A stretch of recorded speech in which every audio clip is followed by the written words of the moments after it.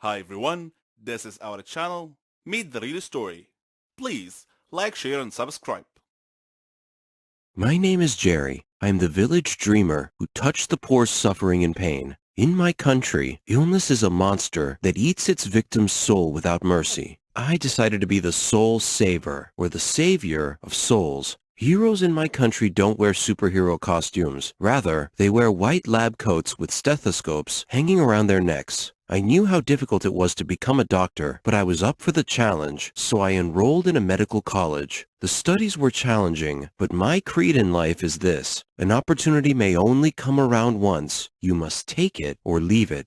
After graduation, I was hired to work in a government hospital in my village. Unfortunately, I discovered early on that my knowledge level wasn't broad enough, so I traveled to England to expand my knowledge base. I wanted to take advantage of the experience of the professional doctors there, so I attended difficult surgeries and observed and studied them intently. My mind was like a sponge, absorbing vast amounts of empirical data. Even so, I still wasn't satisfied with my knowledge level, so I traveled to the USA. When I arrived in Chicago, I felt like a thirsty man who had an oasis in the desert. I encountered advanced technologies, modern, new medical equipment, leading-edge ways of treating heart disease, serious heart disease cases, and fantastic anecdotal stories from famous doctors about their most unusual cases. I dreamed of being a great doctor like them, and my opportunity came when a baby girl was diagnosed with a serious heart illness. She was not expected to live long, so I volunteered to perform some risky surgery on her. All the doctors around me thought I was crazy, but I knew that I could do it. After 5 hours of arduous concentration, focus, stress, and sweating under the operating room lamps, the surgery concluded successfully. I had proven myself to be a great doctor after all. Afterwards and subsequent surgeries, I became known as the guardian angel who saved souls. I gathered a huge following due to my successes. I was surprised when my surgery techniques later became required studies in my country. I became a role model for many aspiring medical students. I returned home to thank my country by building a heart hospital that treated people for free. Many people donated to my cause. My hospital saved many souls, but this is a never-ending mission. My country bestowed upon me the honorable title of the Prince of Hearts. Will you donate to my cause? End of the world scenarios are presented in a lot of Hollywood movies: zombie apocalypses, alien invasions, meteor collisions, monstrous solar flares, premature ice ages, and worldwide deadly virus outbreaks. The last one is the one I used to imagine: a deadly viral outbreak that spread all over the world and wiped out humankind. My name is Rita, and I'm 21 years old. And as you can see from my introductory paragraph, I have an active imagination. I'm in my senior year at med school, on my way to becoming a doctor. My parents died in a car accident, which left me responsible for raising my younger brother. Our aunts and uncles lived in another city, so they couldn't really help us much. It was up to me to nurture good habits in him regarding food, health, and education. I had to find work after my parents died, so I got a job at the hospital, where all the doctors predicted that I would have a bright future ahead of me. One day, the hospital director called me into his office and told me that I had won a scholarship to study and work in China. I was so happy. I'll get to work and study abroad in a foreign culture. But that meant that my brother would have to come along. So, we went to China, and we got an apartment near the hospital I was supposed to work. China was a beautiful country. All the people worked diligently. The area I was in was exceptionally clean, and all our neighbors were very kind. China was one of the most powerful industrial countries in the world. The only obstacle I faced there was finding suitable food to eat. The Chinese people ate practically anything that moved: dogs, cats, snakes, scorpions. Ugh, disgusting. But when I heard that they ate bats, I threw up all night. During my studies, I knew that China had a lot of rare illnesses, but I never imagined that I would encounter any while I was there. One day, our hospital received a case with strange symptoms. After many diagnostic tests, we still couldn't figure out what the affliction was.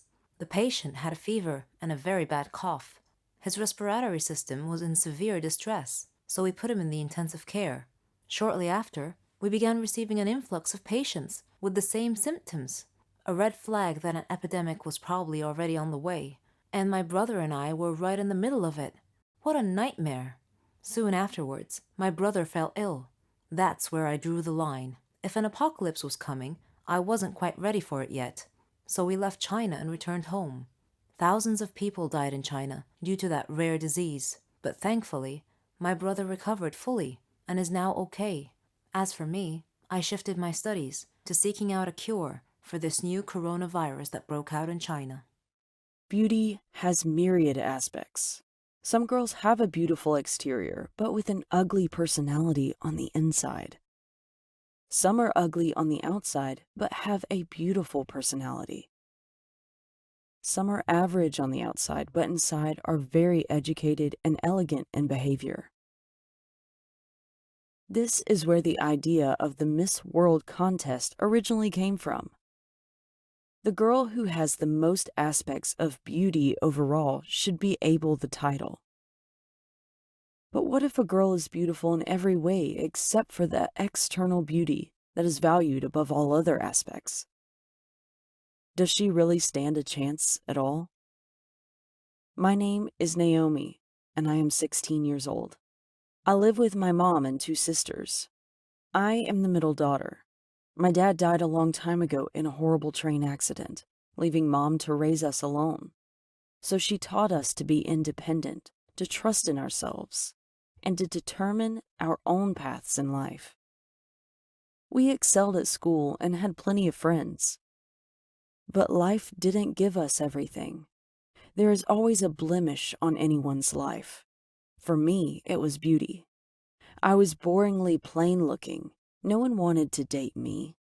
But I was okay with that because I knew that most boys were idiots, concerned only about a pretty face, even if that pretty face belonged to an empty-headed dimwit. Our school held an annual beauty contest based solely on external beauty, so I figured that it was time to change the rules of the game. I went to the teacher responsible for organizing this contest and suggested that this year's contest be a multifaceted beauty contest. I explained about considering internal aspects of beauty, such as maturity, responsibility, social interactions, academic performance, environmental awareness, character, personality, talent, hobbies, aspirations, etc. The teacher smiled and told me that she didn't have the control in this matter, but said she would speak with the principal. She asked for 2 days to try to persuade him. The 2 days crawled by at a snail's pace, but I was rewarded by my new rules adopted for this year's beauty contest. It would focus on both the inner and outer aspects of beauty. The student body was divided on the issue. My group cheered the new rules, but Emily's group hated it. Emily had won the school's beauty contest for the previous 2 years. She was as beautiful as a Walt Disney princess. Long blonde hair, lovely soothing voice, green eyes, elegant posture, but snobbish, vapid, shallow, narrow-minded. She testily asked the air, "Whose idea were these stupid new rules?"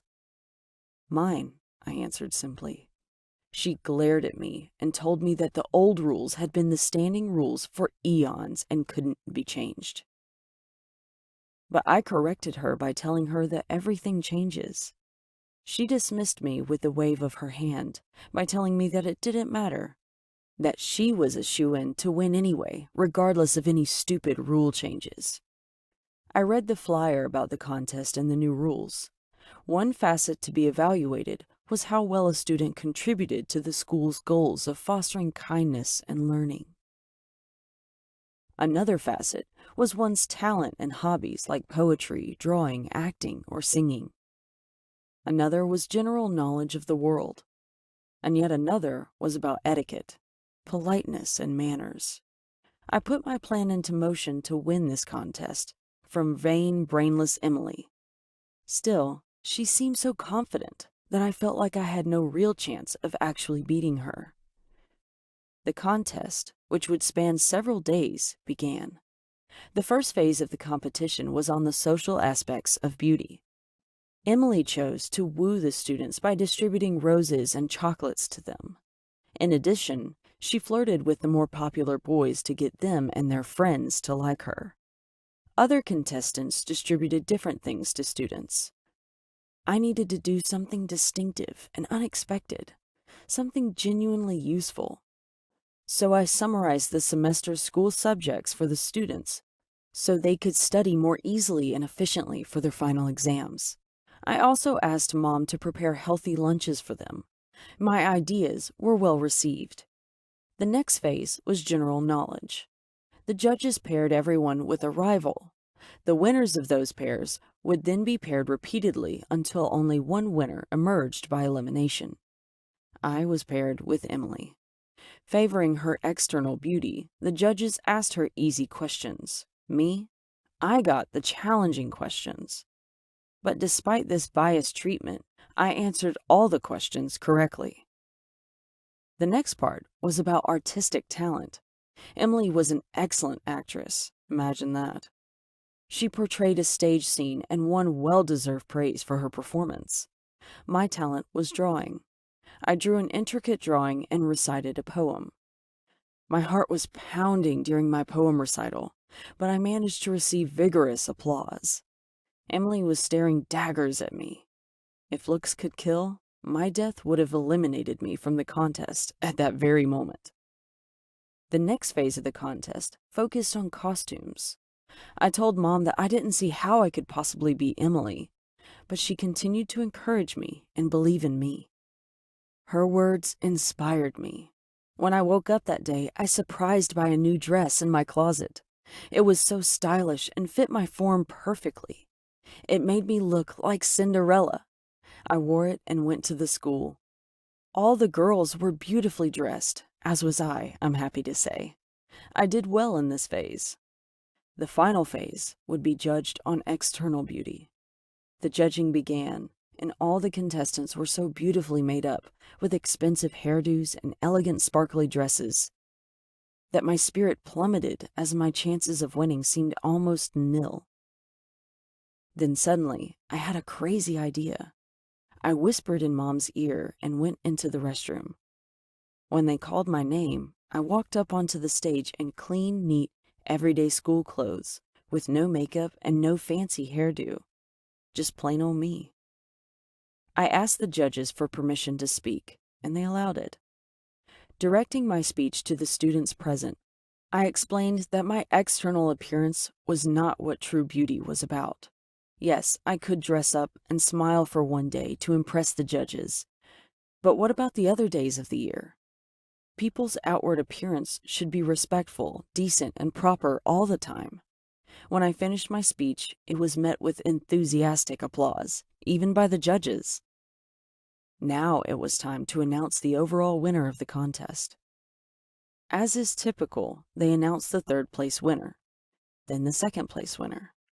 I hadn't heard my name yet and was sure that Emily's name was about to be announced for first place. When I heard my name announced for first place, I screamed with joy. I couldn't believe it. Everyone was cheering for me, and Mom was looking so proud. After the contest was over, a shy but well-mannered and well-behaved boy came over and asked me for a date. I turned toward Emily and smiled sweetly. She didn't return my smile. Well, long story short, a plain Jane, me, won the overall contest and proved that even an ugly duckling can be loved for its inner beauty.